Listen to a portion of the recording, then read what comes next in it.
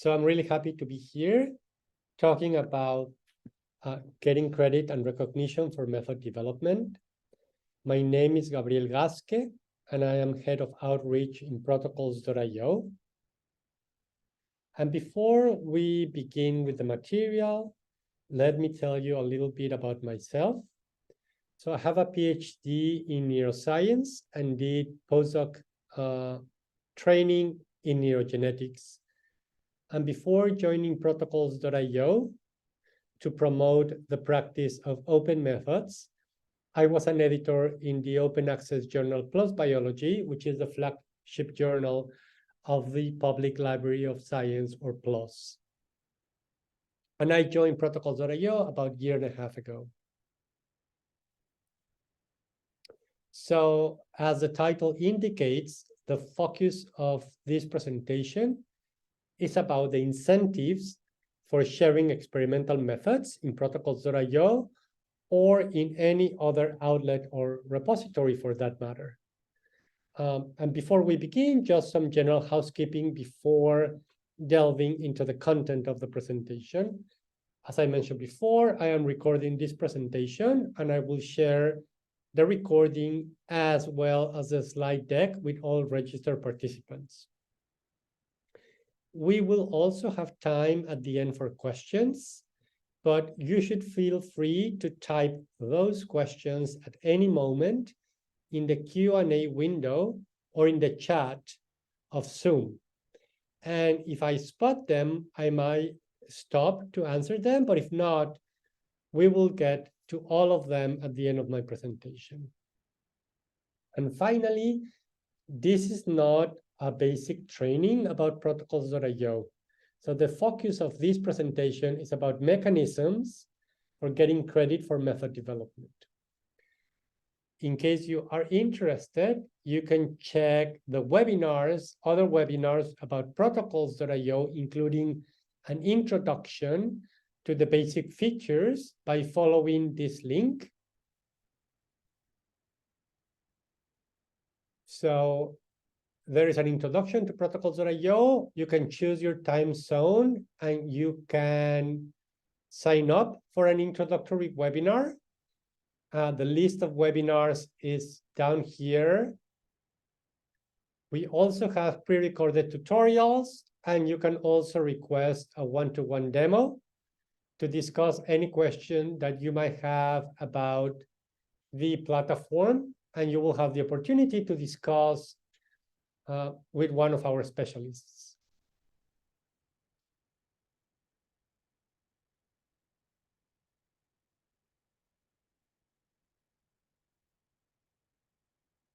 So now, with the housekeeping out of the way, we can start with today's agenda, which you should be able to see on the screen. We'll talk a little bit about the history of reporting methods and of method development and optimization not getting the recognition as worthy of standalone publication and not getting the credit that it deserves. But that started to change about 20 years ago or so as methods started being recognized as an important modular output of research. We will also cover the different ways for sharing and getting credit in Protocols.io. So for the first part of the conversation, let's go a little bit back in history. So the journal Nature Methods was actually started only in 2004. And the excerpt that you see on the screen is from the inaugural editorial, in which the founding editors said that their goal was to create a highly visible forum for the presentation of novel methods, because major methodological developments take their roots in the cross-fertilization of different disciplines. By contrast, the method sections of specialized journals, although extremely useful for the targeted peer reviewers, for the targeted groups, do not grant technical information the wide exposure conducive to interdisciplinary exchanges. And we will touch on this a little bit more later on. But behind the scenes, what we learned from the founding editor-in-chief of Nature Methods, Veronique Kiermer, who later became the chief scientific officer at the Public Library of Science, is that there was a lot of skepticism, even in Nature Publishing Group, around launching a methods journal, Nature Methods, because they said that Nature publishes research and that nobody was going to read just methods, and that this journal could dilute their brand. And it would be impossible to fill a journal's pages with just methods and so on.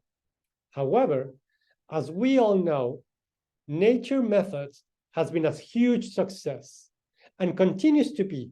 But it is interesting to think about the skepticism of giving methods independent credit as recently as 2004.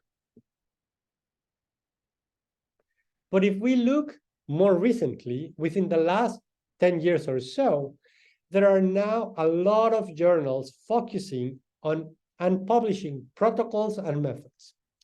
Some examples are shown in this slide, and I don't think the list is exhaustive. Big publishers like Springer Nature keeps expanding their portfolio of methods-centered journals, like Nature Protocols, which was launched 2 years after Nature Methods. And now also Protocol Exchange, and they recently acquired us, Protocols.io. And Elsevier, for example, launched Star Protocols and Methods X.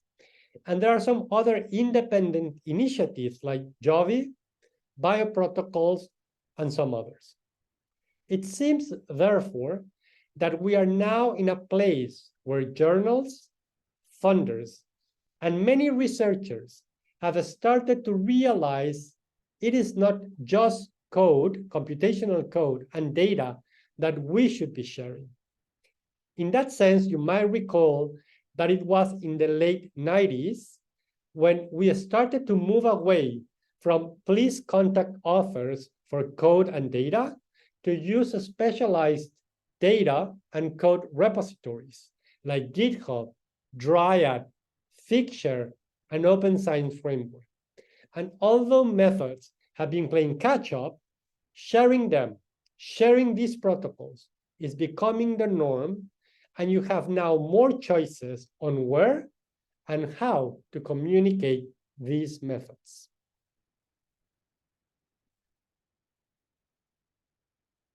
Okay, that's enough about the changes that we have seen in recent times. I will go on now to talk about public sharing and getting credit for reproducible and discoverable protocols, and specifically about Protocols.io.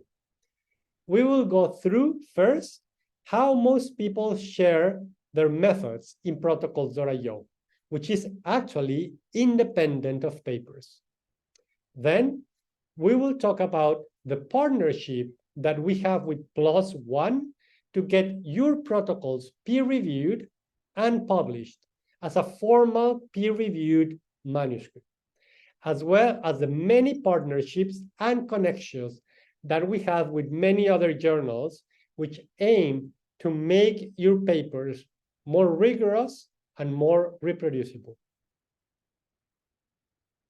So, when we see how scientists communicate their work, and researchers in general, and their discoveries to their colleagues and to the world more broadly, we have started to see a more modular approach to science communication.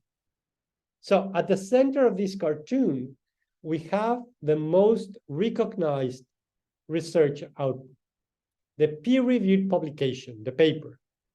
This is the bread and butter, the currency that you put on your CVs and that funders and your employers will be looking at when evaluating your productivity. But we now appreciate more the value of other independent but interrelated and interoperated operatable modules of research output, like computational code and data. And we have created specific repositories for these, like GitHub, Open Science Framework, Zenodo, Dryad, Figshare, and others. Methods are another module of research output.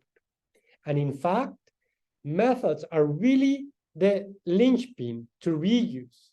And the ongoing value of all the other items here hinges on having the methods, because I venture to claim that it is very difficult, if not impossible, to understand the meaning of data and any interpretation of the data if we do not understand the details of how these results were acquired. And this is where protocols.io comes in, because we are an online open access repository and a platform for authors to create, share, and publish dynamic, interactive, versionable, and detailed protocols before, during, and after publication of a research article. And I would need to clarify here that what we at protocols.io understand as publication of a protocol is similar to preprinting an article in bioRxiv, for example. We are a repository for methods. We are not a peer-reviewed journal. For journals, publication is different because for them, it is the result of a peer review process.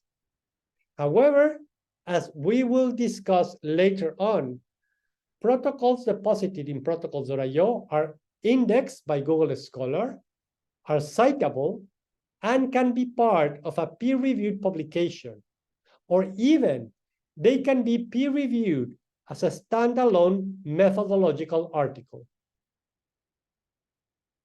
So if you're not familiar with protocols.io at all, please take a look at the URL at the bottom of this page, protocols.io/welcome.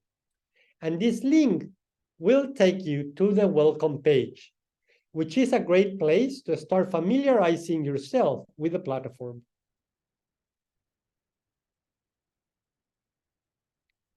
As I said before, one of the features of protocols.io is its open access repository for methods, which at the current time has over 14,000 published protocols.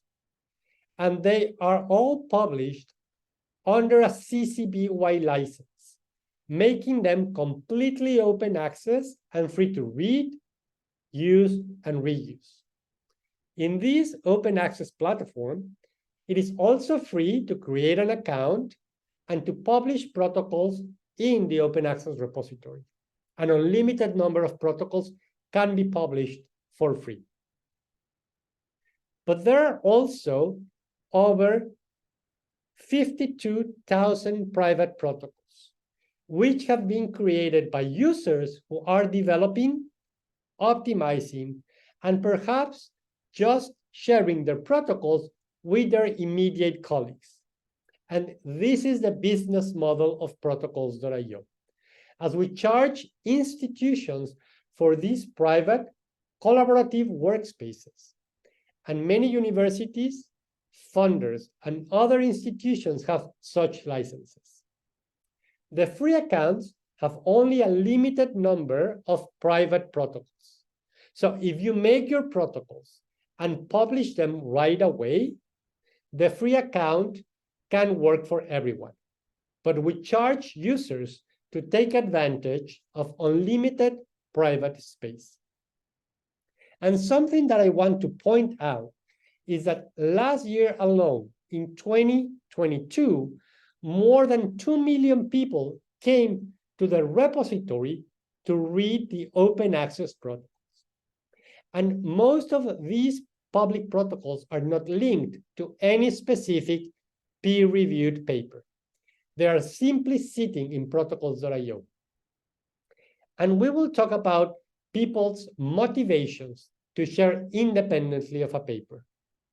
But what I want to point out is that despite this independent sharing, there is a lot of traffic to the protocols. About 60% of all traffic to our public protocols comes directly from Google searches, which means that people are organically finding these protocols. And geographically speaking, when we look at our own analytics, we see that about 30% of the traffic to our protocols comes from the United States. And the rest, 70%, is from all over the world, which means that there is a really global reach once you publish the protocols in the platform.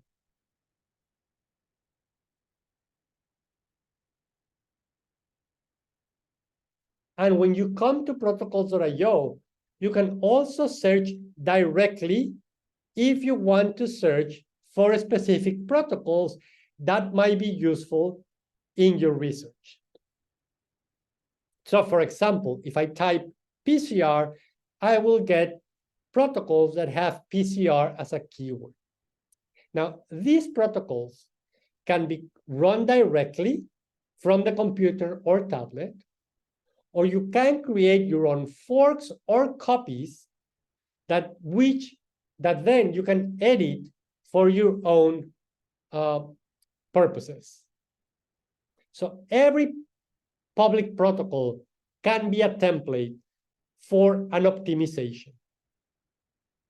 And these might save you a lot of time and energy, as you'll have all the comprehensive details of the approaches used in these protocols that might work for you. Protocols.io also have some open communities as well, and these are set up as workspaces. So if you use protocols.io, you will very likely have your own private workspace. But some of these workspaces are open for all to join. So you can look also for workspaces that represent communities that might be relevant to your research. And you can join those if you want to have a faster view of what people are working on in that space and the ability to interact and engage with those researchers who are also members of these groups.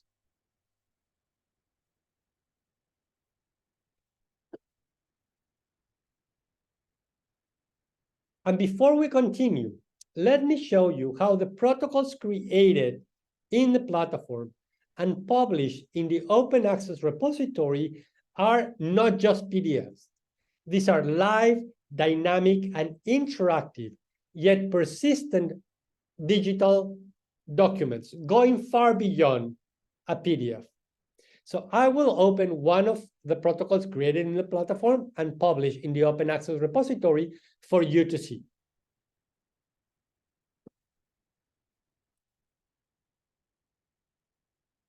So what you see on the screen right now, it's a published protocol. Because it has been published, it contains a DOI, making it permanent and citable. The protocol itself is written in a step-by-step, recipe-like fashion, and different sections of the protocol can be coded in different colors, creating a table of contents that I can navigate. You can enrich the protocol with pictures, images, and even videos that can be played as I run my protocol. Hello and welcome to In the Lab with Fine.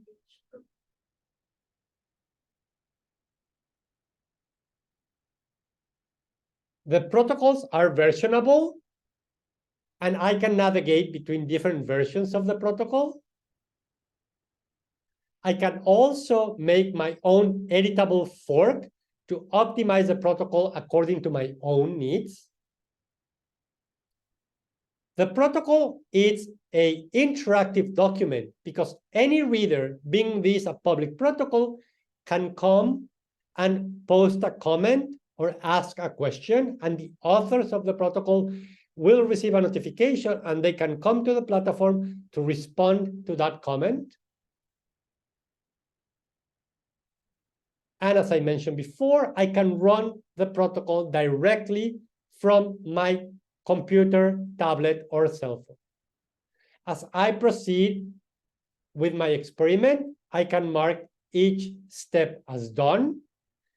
If I notice something unusual or I made a mistake, I can add a comment here. And then I can save the run of that particular date as an independent file with all the comments attached to that protocol or to that run.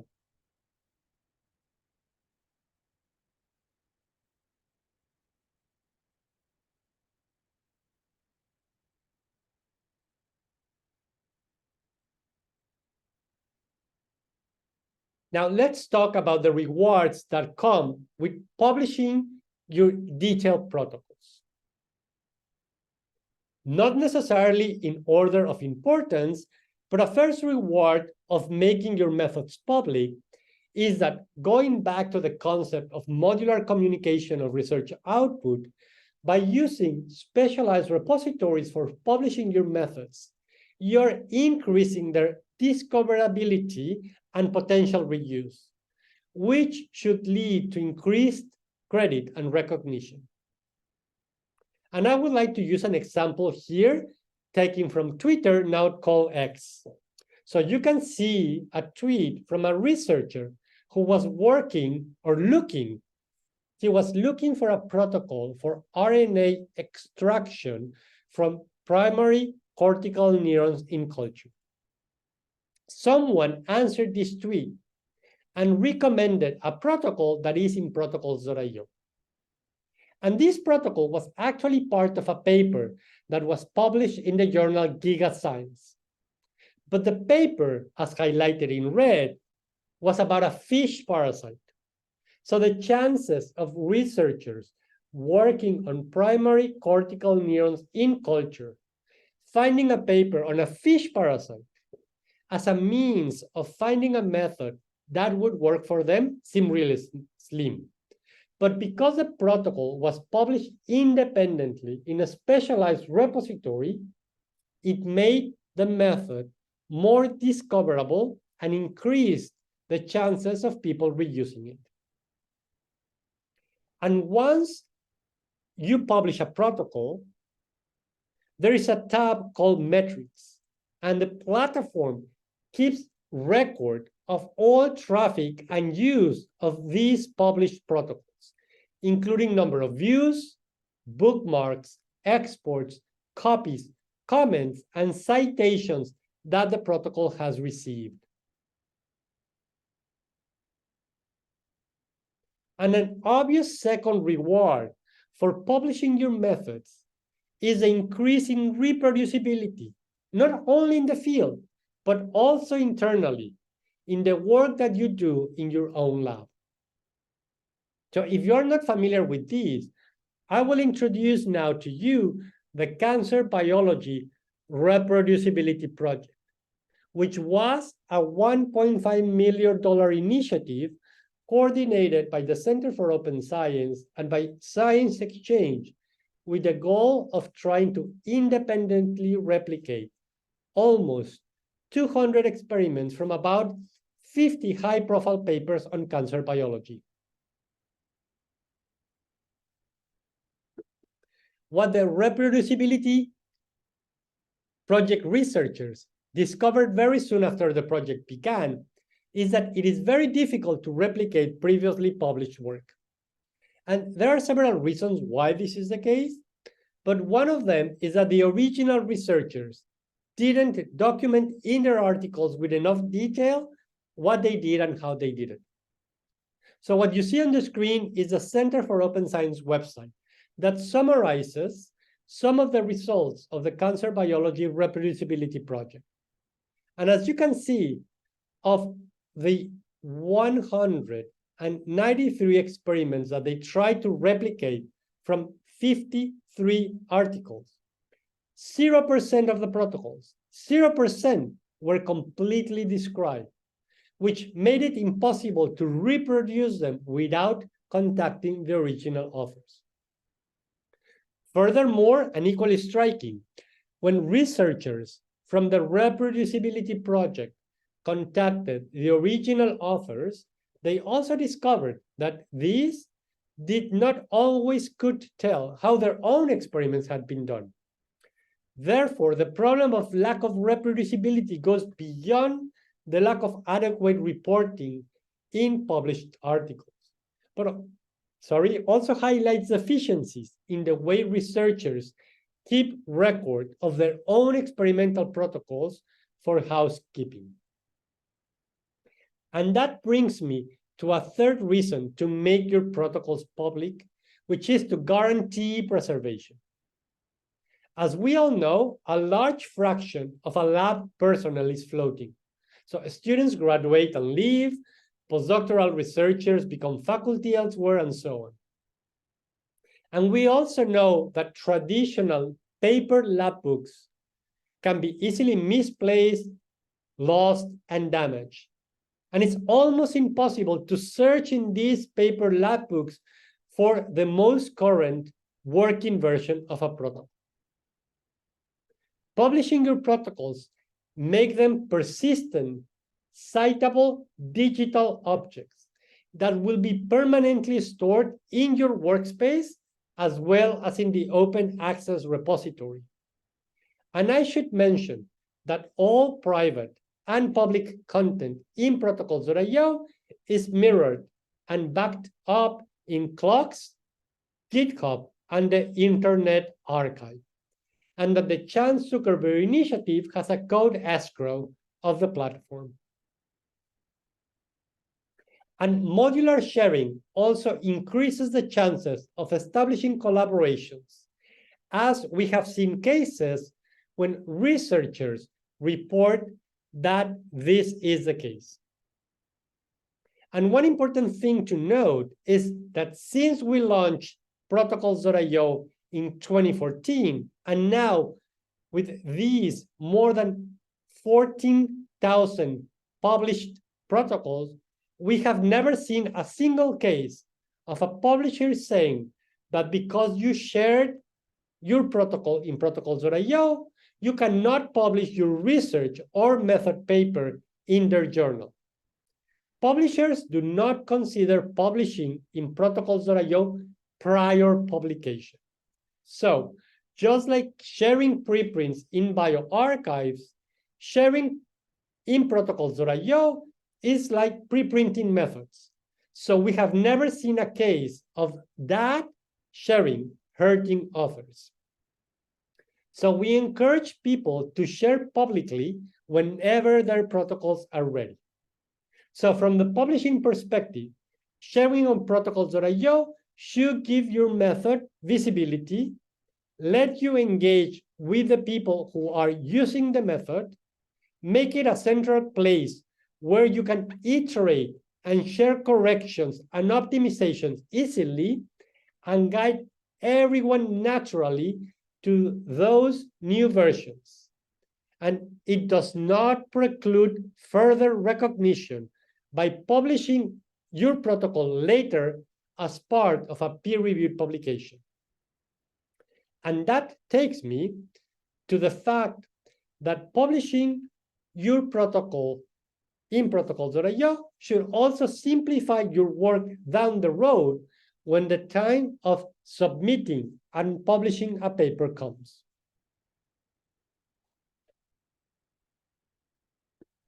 So let me use here another example, again from Twitter.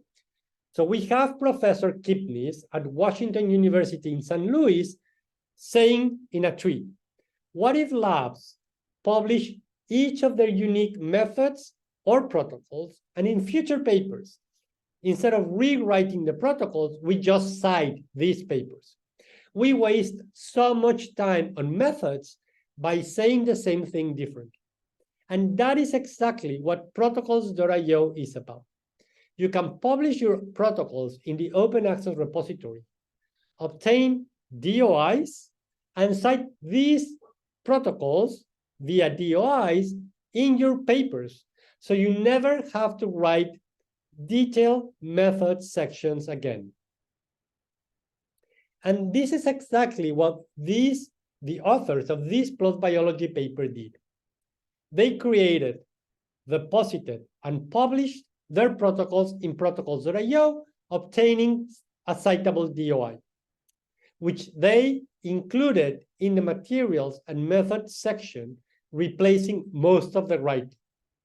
The reader, by following the link highlighted in red, has access to the detailed step-by-step protocol in protocols.io. And a really nice thing about how protocols.io works is that the protocols are versionable.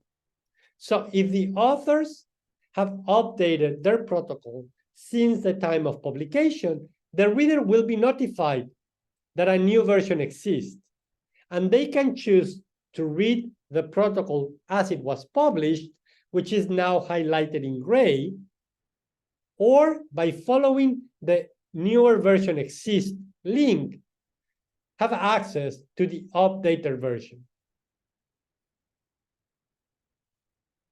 And that brings me to the fact that because there is a push for reproducibility, there are now over 500 journals, some open access, some subscription journals, that encourage authors in their submission guidelines to include in their manuscript a link to the detailed protocol in protocols.io.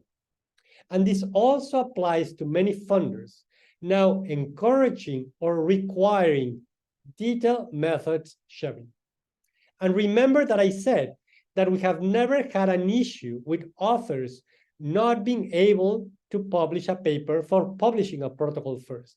In fact, not only do journals see no conflict in publishing your protocols early in protocols.io, they often actively encourage the use of the platform. And a sixth point would be that by managing, preserving, and archiving your protocols in protocols.io, you will be complying with mandates by funding agencies and universities regarding managing and sharing methods and data. In the United States, for example, the NIH data management and sharing policy requires all applicants to include a data management and sharing statement in their grant applications. And the NIH rigor and reproducibility guidelines explicitly highlight the need for grant applicants to describe details in their applications, which should be considered by reviewers.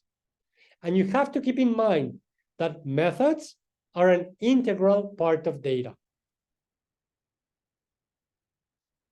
And before we move to the next section, I would like to show you how easy it is to publish a protocol in protocols.io. So I'm opening my account in protocols.io. You can see here that I have several protocols. And if I want to publish any of these, I just highlight it, select publish, and I just have to complete 6 steps to provide some metadata to make the protocol public. It goes through moderation by our editors.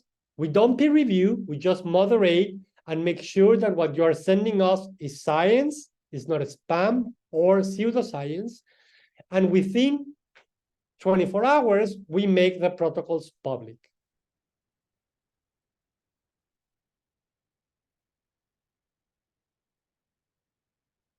So publishing a protocol shouldn't take you more than 5 or 10 minutes.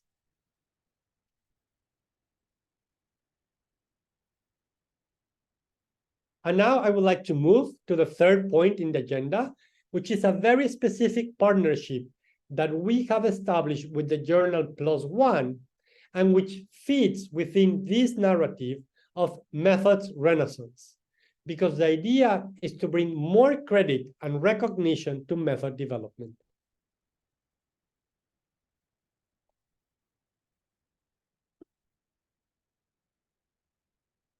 And this partnership is that within PLOS ONE, there is a new article type called Lab Protocol.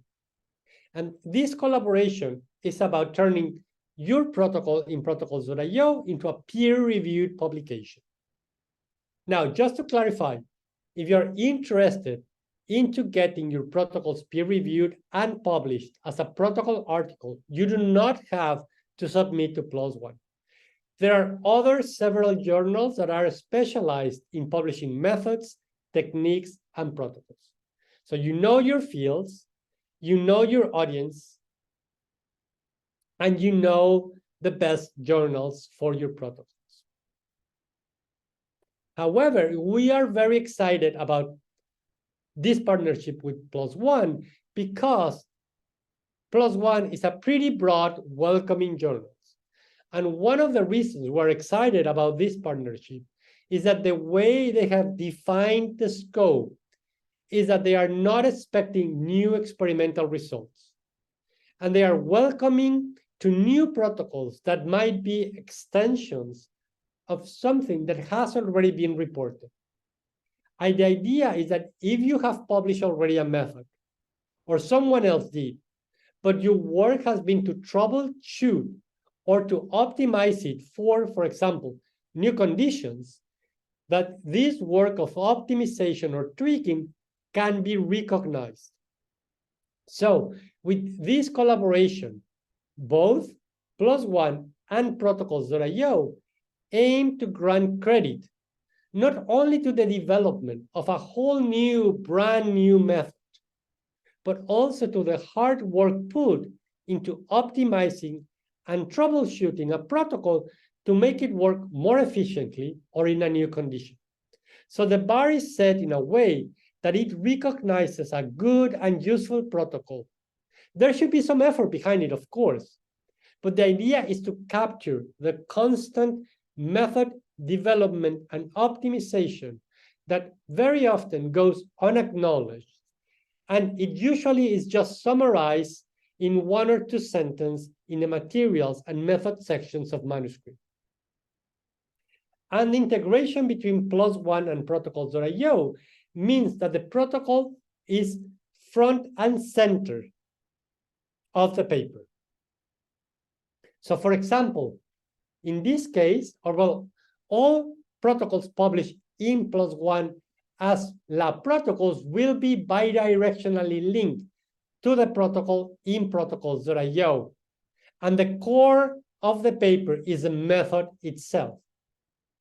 The protocol in protocols.io will receive an additional badge that says that this method, this very specific method, has been peer-reviewed.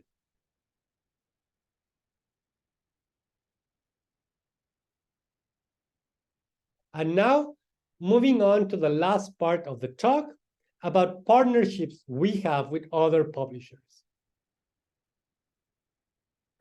And I would like to start by saying that although we are all very familiar with supplementary files and documents in paper, there is a strong push for a number of years now to moving away from supplements by using repositories instead. And this, what I'm highlighting now on the screen, is a really good article about this topic in the journal, on the magazine, The Scientist, which you can read by following the link at the bottom. So these are just some examples of papers that are published and the journals promoting the position of detailed protocols in protocols.io. And this is the kind of modular publishing that we have started seeing more and more, where the paper is the centerpiece. It is a story, but you have the data in NCBI, Open Science Framework, or other appropriate repository. The code is in GitHub, and now we're starting to see more and more the methods also going into specialized repository like protocols.io. So we're seeing some trend in scholarly publishing, moving away from vague methods sections to more rigorous, more reproducible method reporting.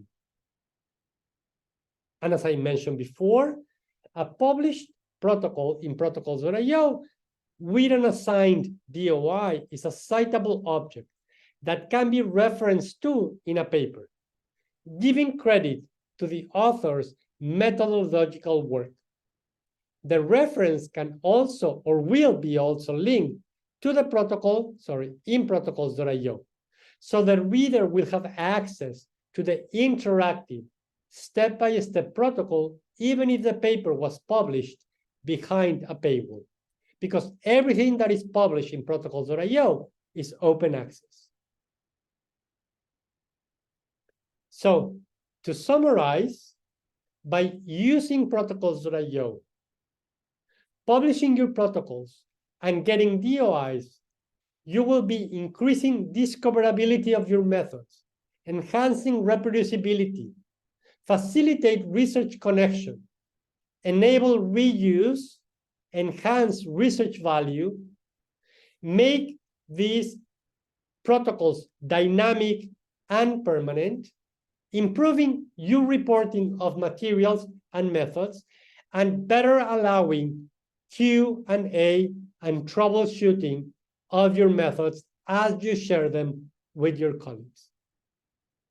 And with that, I will finalize and open the door for questions, open the floor for questions.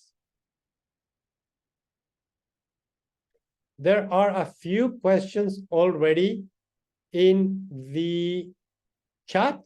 I will read those questions and try to answer them. So there is one question from Dr. Mitra, says, I published a protocol in June 2020, and I have a DOI for it. I cited the DOI in a peer-reviewed article. Can now I edit or update it and submit it for peer review in protocols.io? Well, first of all, let me clarify that the protocols published in protocols.io are not peer-reviewed. If you have published a protocol in protocols.io, it is not an editable object anymore. So you cannot edit a protocol that has been published. However, if the protocol was published in protocols.io, you can always create a new version of that protocol, and this new version can include all the edits that you need to make to the protocol.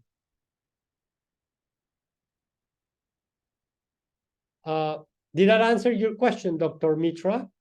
The second question is, I have a new protocol now, which is based on the 2020 published protocol, and I want to submit this protocol for peer review. Will it be better if I combine the two protocols into one protocol article or keep them separate? So that will depend on the journal that you want to submit to. However, if the protocol in 2020 was published in protocols.io, you can always create a new version that includes your comments, your new edits. So let me show you.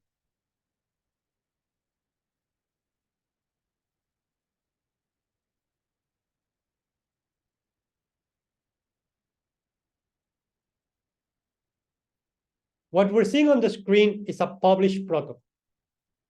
But this protocol has three versions.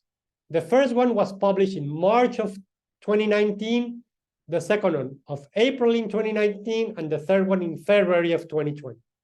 So if you have published your protocol and you optimize it further, You cannot edit the published protocol, but you can create a new version and publish the version 2 of your protocol. Now, if I were to open a previous version of the protocol, the platform will let me know that a new version exists, and I can navigate between the different versions of the protocol.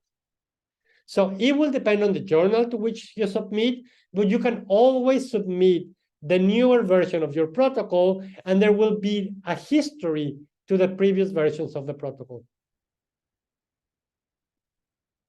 The third question is, what is the APC charge for protocol publication in PLOS? You will have to go to PLOS One for that question, but let me see if I can find that information for you.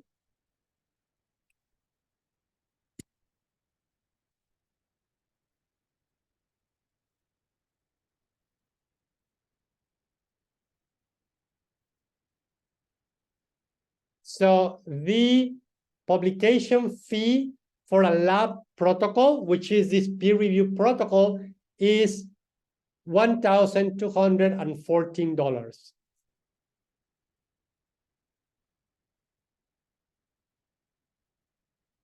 So how you can submit a published protocol in protocols.io for peer review?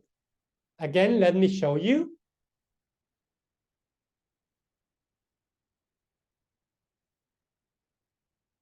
So again, you are seeing my account in protocols.io. I'm going to open a public protocol. So this is a protocol. It's not a scientific protocol, but it's a published protocol that I made public in the platform only. So it's only published in protocols.io. If I want to submit this protocol, if I wanted, I'm not going to do it, but if I wanted to submit this protocol to PLOS One, I go here to peer review options, and I follow this link. And this link will explain me how I can submit my protocol in protocols.io for peer review in PLOS One. So again, you can make your protocol public, and then you follow this peer review option link.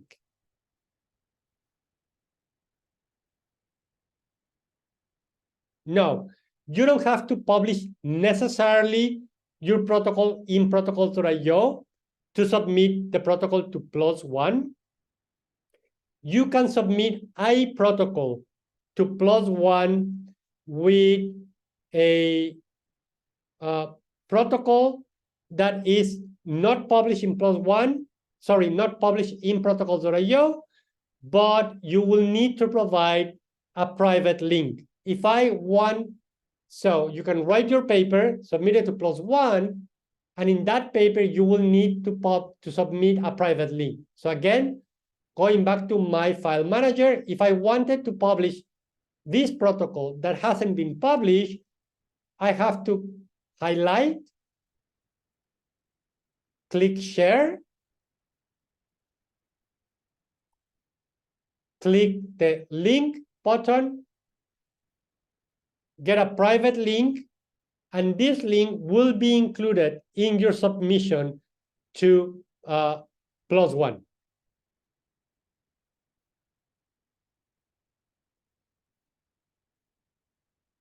How long, so another question, how long a protocol can be private in protocols.io for a free account? It can be private for as long as you want. The time is not a limitation. However, in the free accounts, you can only have 2 private protocols at a time. If you want to create a third private protocol, you have to publish one of the private protocols before you can create a third one. But you can keep a private protocol for as long as you want, as long as you don't reach the limit of 2 private protocols.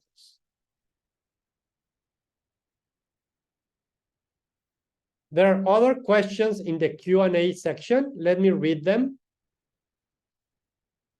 So Paul Furman asks if the recording and the slides will be available. They will be available within 3 days from today. So I will try to mail the slides and the recording either between today or tomorrow. And then Basma asked, is there a case where the protocols could be rejected? If you're talking about protocols in protocols.io, we only reject protocols that are either incomplete, that are not science, or that are pseudoscience. Now, if you're talking about protocols peer-reviewed in a journal, that depends on the journal criteria for publishing protocols. So in that case, you will have to check the guidelines of the journal to which you want to submit your protocols.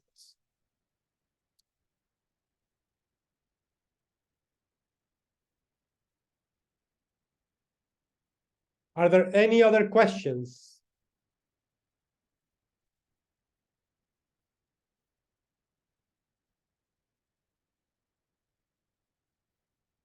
I will stop the recording in case somebody wants to ask a question of the record.